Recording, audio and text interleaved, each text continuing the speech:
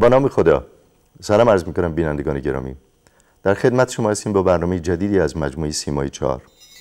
همه شما قطعاً با برنامه بسیار خوب آقای ایرانی آشنا هستید. بینندگان فرهیخته شبکه 4 بارها به گونه‌های متفاوت این شانس رو داشتن که نغمه‌های بسیار عالی و به خاطر ماندنی موسیقی ایرانی رو از مجموعه آوای ایرانی بشنوند. در خدمت تهیه کننده بسیار گرامی برنامه آوای ایرانی جناب آقای محمد رضا جعفری هستیم.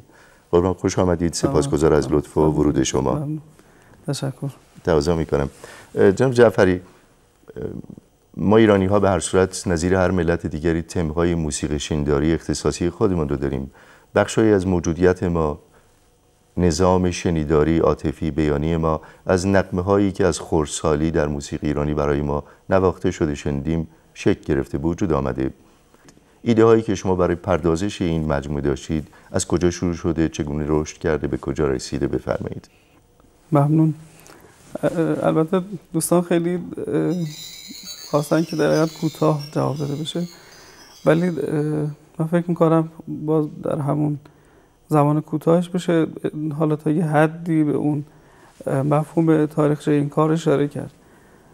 این ایده برمیگرده به سال 76 و 77 که فکر میکنم ماه 7 سال 77 بود که نامه‌ای به ریاست وقت سازمان که آقای دکتر لاریجانی بودن من دادم و ازشون خواستم که به هر حال یه فضایی پیش بیاد با خود استاد بتونن صحبت بکنن. ایشون هم پذیرفتن و در حقیقت میشه گفتش که حرکت از اونجا آغاز شد و این ملاقات به نحوی طول کشید تا سال 81 که ما در 3 در حقیقت جلسه خدمت استاد شجریان رسیدیم. جلسه اولش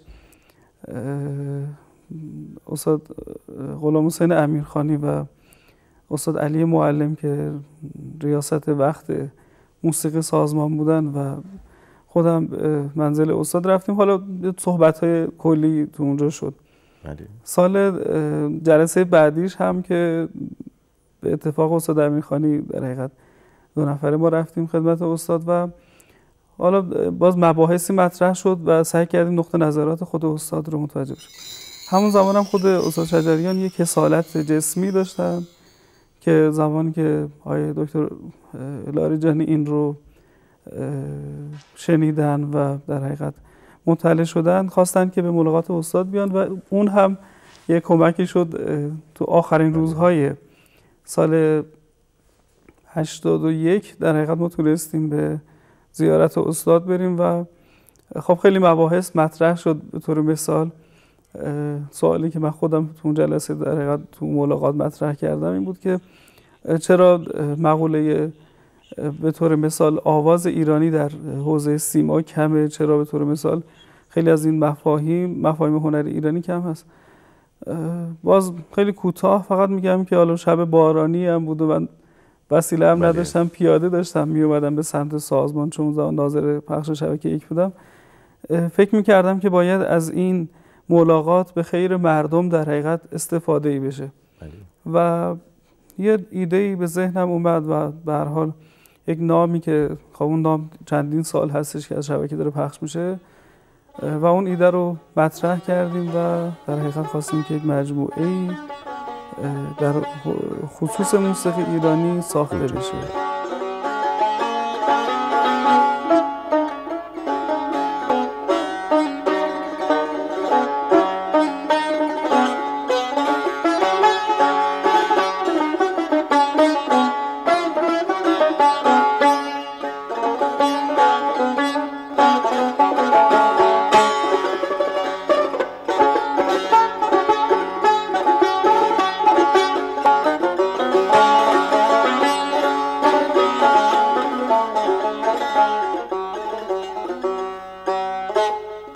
آوای ایرانی.